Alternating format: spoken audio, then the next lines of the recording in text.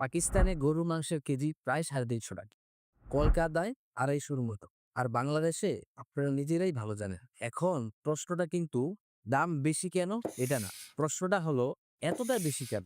আজকের এই ভিডিওতে আমরা বুঝতে চেষ্টা করব বাংলাদেশে গরুর মাংসের দামের পেছনে লুকিয়ে থাকা রাজনৈতিক, অর্থনৈতিক ও আন্তর্জাতিক বাজার আর এমন কিছু অদৃশ্য কারণ যেগুলো হয়তো আমরা প্রতিদিনই দেখি কিন্তু ঠিক বুঝে উঠতে পারি না।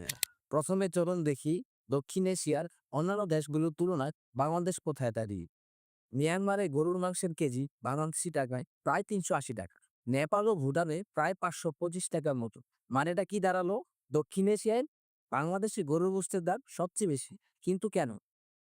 এখানে একটা সাল খুবই গুরুত্বপূর্ণ। ২০১৪ সালের আগে বাংলাদেশের গরুর মাংসের বাজার অনেকটাই নির্ভর করত ভারত থেকে আসা গরুর উপর।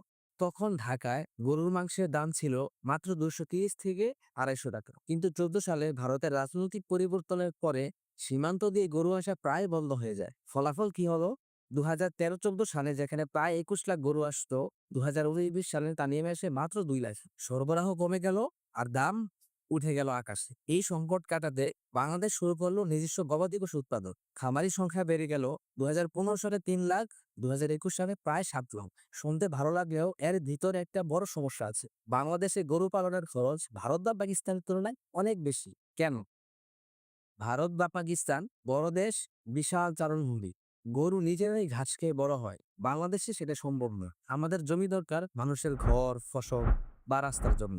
ফলে গরুর জন্য আলাদা চারণভূমি নেই বললেই চলে। এই কারণে বাংলাদেশে প্রায় ১০০% গরু স্টল ফিডিং পদ্ধতিতে পালন করা হয়। মানে সব খাবার কিনে খাওয়াতে হয়। আর এখান থেকে শুরু হয় আসল খরচটা।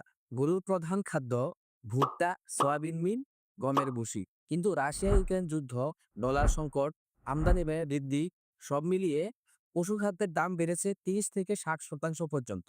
এই খরচ শেষ পর্যন্ত কে দেয়? ভোক্তাই। একটা সময় গরুর দামের প্রায় ২০% আসতো গরুর চামড়া বিক্রি করে। ১৯৯৫ থেকে ২০০০ সালের দিকে ২৫,০০০ টাকা দামে গরুর চামড়া বিক্রি হতো প্রায় ৫,০০০ টাকায়। আজ ১ লক্ষ টাকার গরুর চামড়া বিক্রি হয় মাত্র কয়েকশো টাকায়। ফলে গরুর পুরো দাম উঠাতে হচ্ছে শুধু মাংস বিক্রি করে। বিশেষজ্ঞদের মতে চামড়া শিল্প ঠিকভাবে দাঁড়াতে পারলে মাংসের দাম কেজি প্রতি ১০০ থেকে ১৫০ টাকা পর্যন্ত কমতে পারত। খামার থেকে আপনার ডাইনিং টেবিল পর্যন্ত গরুর মাংস আসতে আসতে পথে যোগ হয় চাঁদাবাজি, অতিরিক্ত ফি আর সিন্ডিকেট। উত্তরবঙ্গ থেকে ট্রাকে করে ঢাকায় গরু আনতে ১৫ থেকে ২০ হাজার টাকা অতিরিক্ত খরচ হয়। এই অদৃশ্য খরচ শেষ পর্যন্ত যোগ হয় মাংসের দামেই। অনেকেই হয়তো এই নিউজটা দেখেছেন। নিউজটা কিন্তু ৫ মাস আগের। তাহলে প্রশ্ন আসে, সরকার এখন আমদানি শুরু করছে না কেন?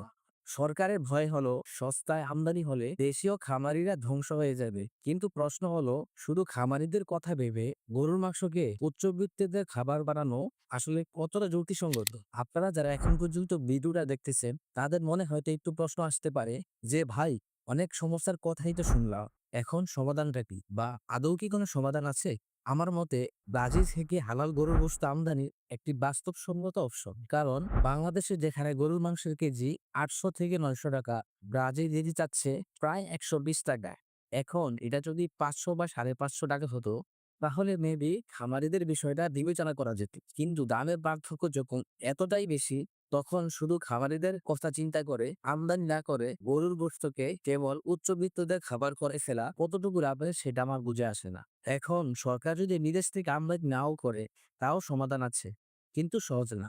সমাধানগুলো হলো দেশীয় পশু খাদ্য উৎপাদন বাড়ানো, চামড়া শিল্প আধুনিক করা, চাঁদাবাজি ও সিন্ডিকেট ভাঙা, রেলপথে গবাদি পশু পরিবহন, উন্নত ব্রিড ও গবেষণায় বিনিয়োগ। এগুলো না করলে গরুর মাংস কেবল উচ্চবিত্তদের খাবার হয়েই থাকবে। বাংলাদেশে গরুর মাংসের দাম একদিনে বাড়েনি আর একদিনেও কমবে না, কিন্তু সঠিক সিদ্ধান্ত নিলে এই মাংস আবার ফিরতে পারে সাধারণ মানুষের পাশে। আপনার কি মতামত জানাতে পারেন কমেন্টে।